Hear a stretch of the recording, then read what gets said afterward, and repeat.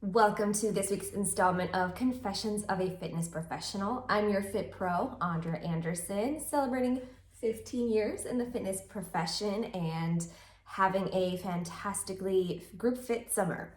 So I thought it'd be fun to sort of look at, and let me tell you where we're going and then I'll tell you why I got here. So I wanted to look at expectations of fitness professionals. So this was sort of brought about. I'm on a hiring team, and we're looking at different job descriptions and resumes and things like that. And it made me think about, well, what about in the group fitness world? Because I have had to submit cover letters and resumes for group fitness positions before, and I've had to interview for group fitness, and I've also had to demo for group fitness.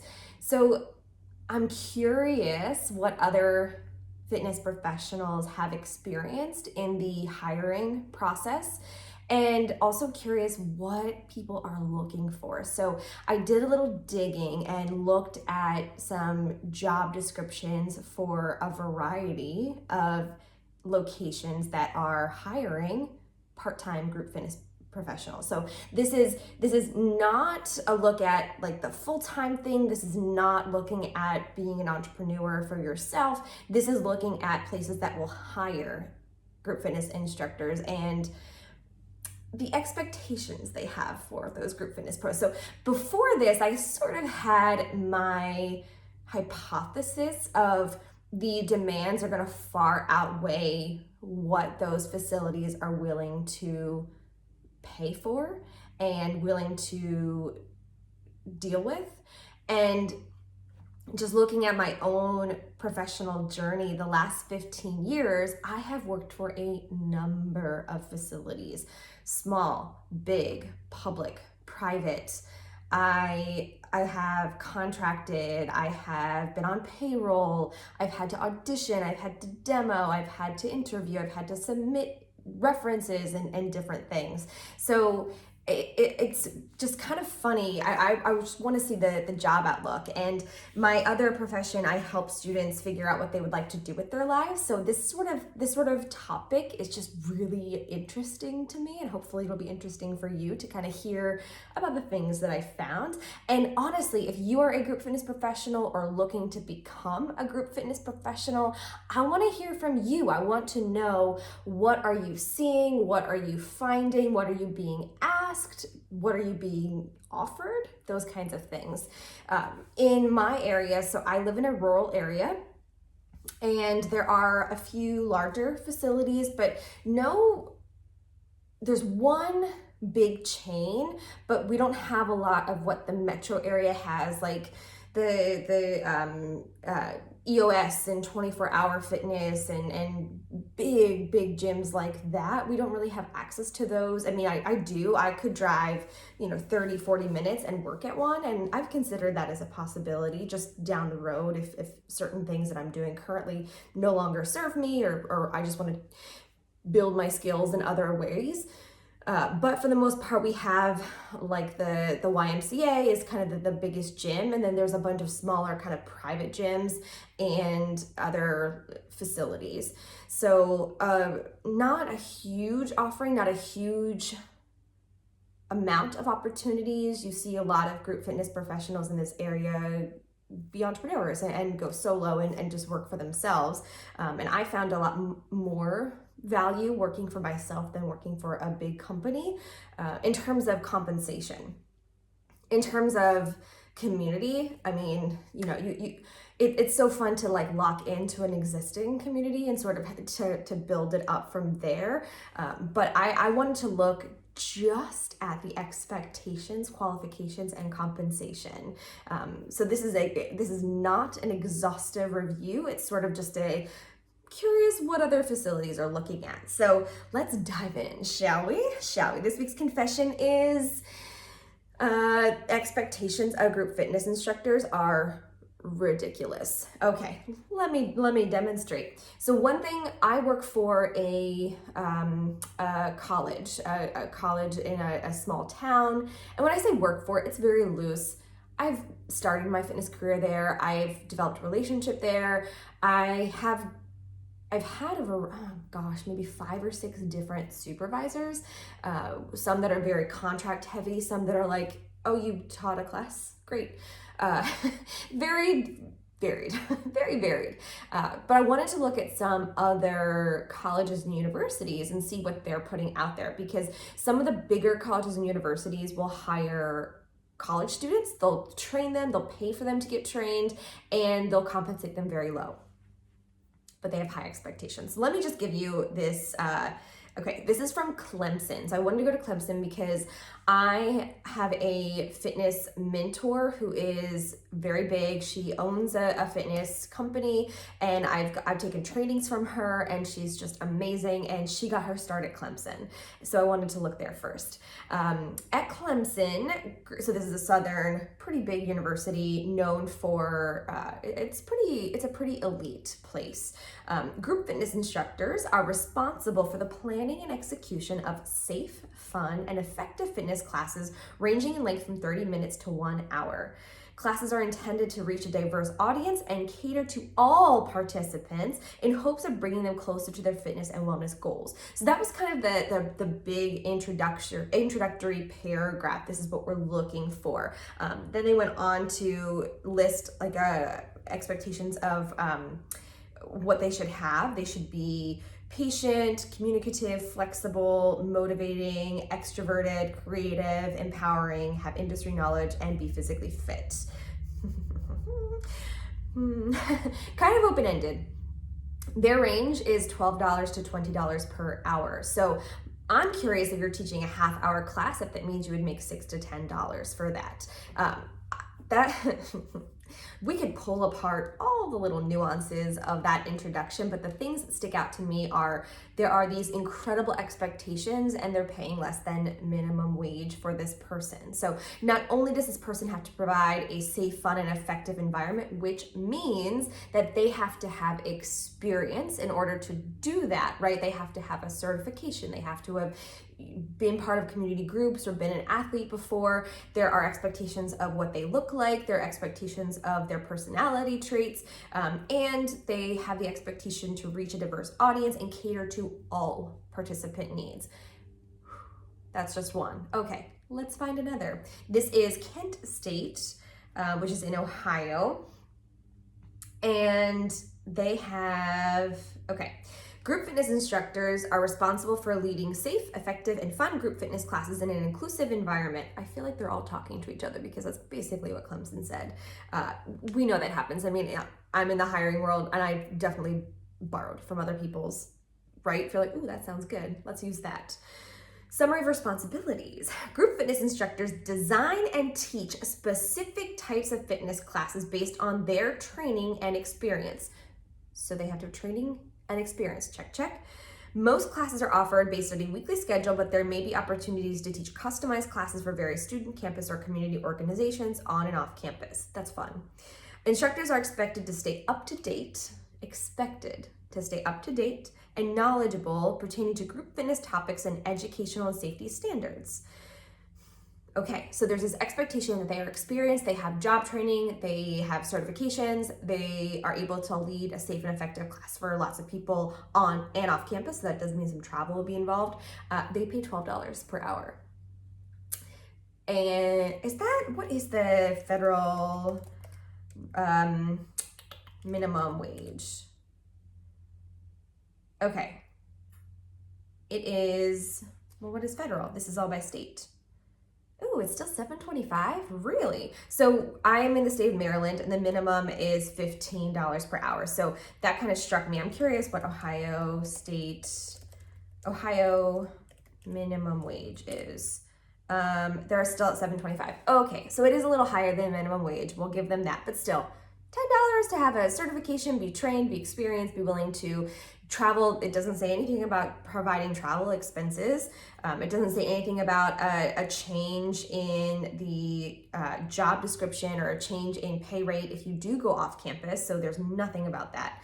And then I thought, okay, those are very specific. I want to look at what new fitness instructors are being told, or really what facility managers are being told to expect in a fitness instructor. So I went to Idea World, which is really a leader in the fitness arena. I mean, they have certifications, they have one of the largest fitness conferences that a lot of really big names go to. You can take a lot of really customized classes. They're known as a leader in the fitness world. Okay, this is what they say to expect of your fitness professionals that you are hiring. So this is really catered toward the hiring manager of a fitness facility. Fitness instructors should be talented yet teachable, confident yet humble, unique yet similar, red flag, creative yet compliant, a leader yet a follower.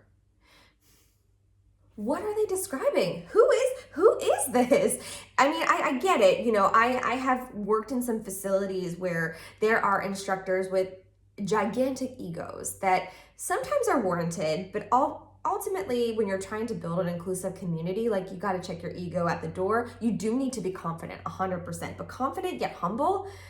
I mean, I guess like that's the ego thing. You should know what you're teaching and be prepared to be that teacher, but also realize that you don't have all the answers.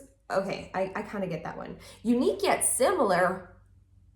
What? So that's something that I have constantly run into issues with at different gym facilities. Everybody brings their own style, and that can create jealousy among the less mature fitness instructors. I've had fitness instructors tell me, like, that's my class time, you can't have that. And I'm like, I've proven that I've already exceeded how many people come to class. So we'll let the manager decide what we do with that. But anyway, you know, you want to have your own vibe and your own personality, but this is saying you want to hire people that are unique, but also like exactly the same. That's not fun. Creative yet compliant. I kind of get this one because you need to do, like any other teacher, you need to sort of stretch the limits of what you have, but stay within guidelines. Like, you cannot be offering advice for things that you are not certified in. And I saw that happen at some facilities that I worked at. You need to make sure you're up to date on all of your certifications, and you need to make sure you're up to date on your safety training, and also your knowledge of what's happening in the industry. So especially during 2020, 2021, there was this just huge push for getting compliant with music, and there was sort of more restrictions placed on those things, especially in the virtual world.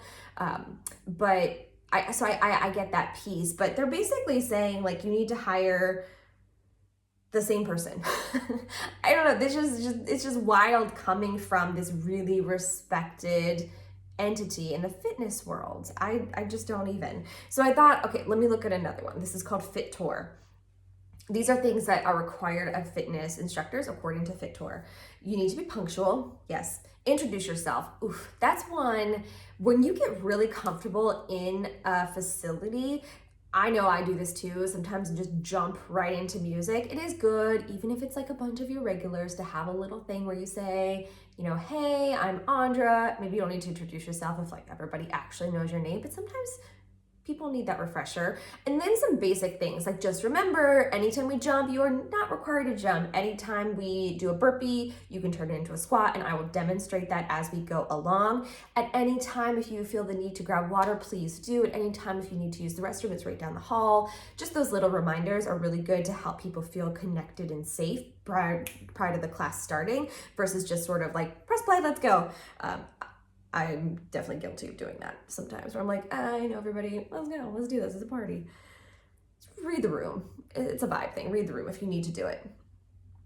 Come prepared, have a playlist ready, choose exercises for all participants.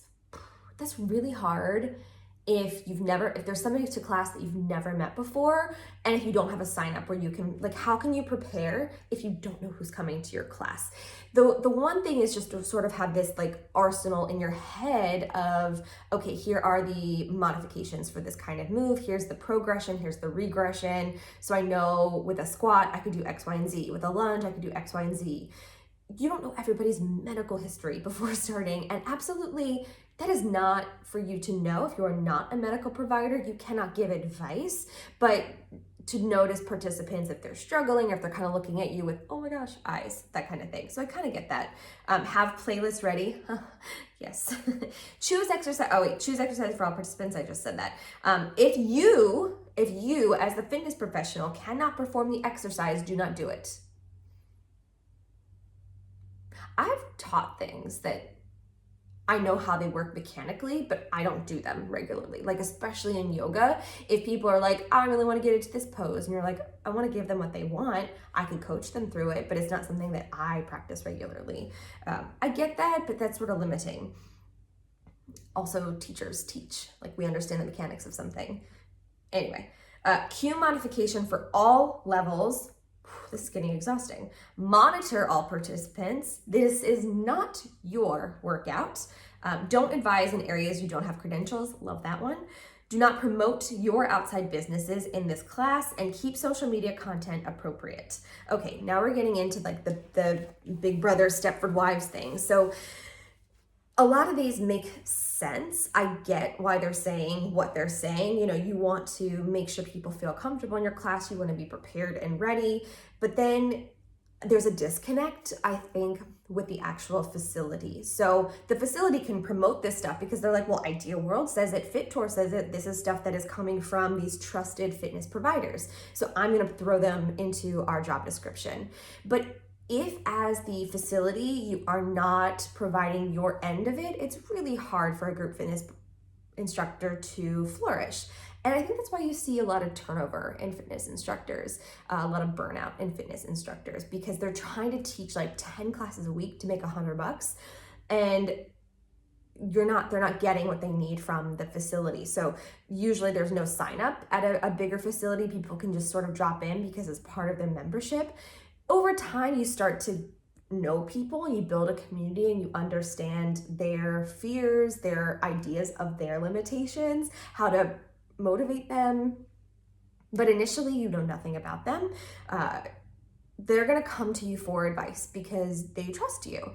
So I think sometimes fitness instructors feel pressure to kind of give advice because they want that person to stay in their class, because there's this expectation that you have a certain number of people. I taught at a facility where if you had fewer than 3 people, you didn't get paid. You still had to teach the class, but you didn't get paid for it. And that caused some issues when, if I had 3 people show up, I really, really wanted to do the class for the people who came, but I couldn't afford not to get paid. At that time, I was not making a ton of money at the job that I had. This was when I was first starting out. So I would say, sorry, class is canceled. Like, I'm not going to put forth my effort when I'm not getting paid. And that caused some issues, which ultimately led to, okay, well, if you get over 7 people, you'll get an extra $3 per person that comes. So that was super motivating. But then I would pack my class because I could, and I was really awesome at that time. Not that I'm not now, I'm fantastic. But truthfully, the idea of having more than like 10, 12 people freaks me out because I can't see everybody. But at that time, we would probably have 25 people in a really small space, and I would be like rolling in some of the money, which was great for me. But then I didn't really know everybody who was there. So there would be times where people were like, great class. I'm like, you were there? I like didn't even see you. So I don't like that. I didn't like that either. So I don't know. There's like a middle ground, and I get it. It's a job. It is a job. Nothing is going to be perfect, and there's always going to be different tweaks. But I wanted to look at what the expectations were globally for fitness instructors and sort of bring to light what the fitness professionals are experiencing. Because as a participant, you get to see some of the best parts, right? Like, we have to check our ego at the door. We're not supposed to say if we're not having a good, you would have no idea if we were having a bad day, because we're there for you. It's not our workout. We're there to help you feel good, help to empower you, help to motivate you, help to keep you coming back. And creating a fun environment, right? Okay, so then I asked the Google, which is AI generated now, what makes a great fitness instructor? So they have all of these different qualities, and let's go through them. Communication, yes. Patience, motivational skills, flexibility, leadership, educating client, first aid certification, knowing your audience, empathy, knowledge, professional, friendly and approachable, creates a friendly atmosphere, educated, gives feedback, leads by example, motivates, this is a weird one, creates core stability exercises. I guess core is a hot topic in fitness. Has an extroverted personality, has a passion for fitness, creative, empowers the clients, has industry knowledge, and is physically fit. Whew. That's a lot of things. That's what makes a great fitness instructor. All of those things. So I can see why a fitness professional would get burnt out. Like in my tenure, I have seen like 10, 11, 12 local instructors do really great things and just fizzle, just goodbye, like I'm gone. Or start really heavy and then now teach like one class a week. It's a lot to keep up with. And when you're not getting from your fitness manager what you need in terms of compensation, in terms of like being understanding, in terms of like just general information. I remember at one facility, like I ended up having to get my own speaker because their speaker never worked. And they were like, oh, I guess we should look into fixing it. And this was sort of at a time, this is where I am in my fitness career. This was at a time where having the aux cord to connect to your phone was pretty new. So their old speaker was just not very good at it. Sometimes you could like rig up the aux cord and it would sort of work. But I ended up having to bring my own speaker in because it just wouldn't work. And the option was, we'll use a CD. And I'm like, okay. So I'd get one of those giant towers of CDs and I'd be constantly burning a different CD for each class because I didn't want to use the same playlist for every class. So I would do a new playlist, a new CD for every class. And it was like an extra step for something that like really wasn't worth it.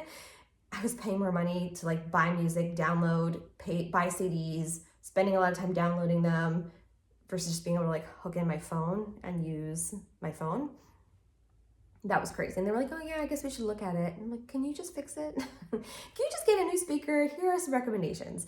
So I ended up buying my own speaker for that. But little things like that. I mean, things that you feel like should be the facility manager's control sometimes ends up being yours, or like the music is too loud, or the button is stuck, or oh my gosh, the worst is when the facility is hot and they like are too cheap to turn the AC down, but you have to provide this safe environment, yet it's hot and they won't buy a fan. It's crazy. So I can see why a lot of people, fitness professionals, like to work for themselves because these expectations are things that you can place on yourself and you can kind of monitor yourself and see if it's worth your time.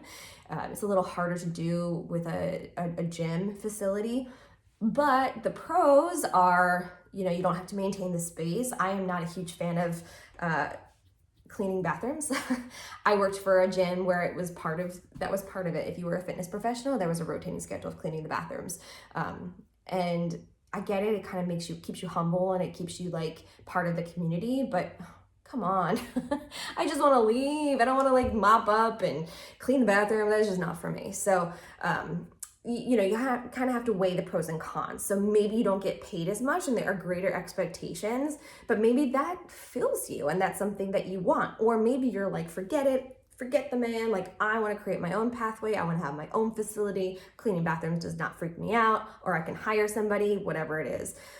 So there are pros and cons, but I wanted to look at the expectations of group fitness instructors from that kind of facility management and sort of prove my theory of there are more expectations placed on group fitness instructors versus what they're willing to compensate. So a lot of these places were paying $12 to $20 per hour. But like, remember, that's the hour that you show up. That is not the 15 to 20 minutes that you're there beforehand, 15 to 20 minutes that you're there after, the practice, the training, the certification, keeping up on your knowledge and your expertise and your education. You don't get compensated for that. You get compensated for the time that you are on stage or, in the light. That's it. So, just putting that out there. That's our confession for the week. And if you are a fitness professional and there are expectations that have been placed on you that are wild and crazy and you want to share those, or things that you're like, these make sense, I would love to hear from you. Please comment, please send me messages, slide in the DMs, whatever it is. I want to hear from you. Thank you for joining me for this week's confession, and I will see you for the next one very soon.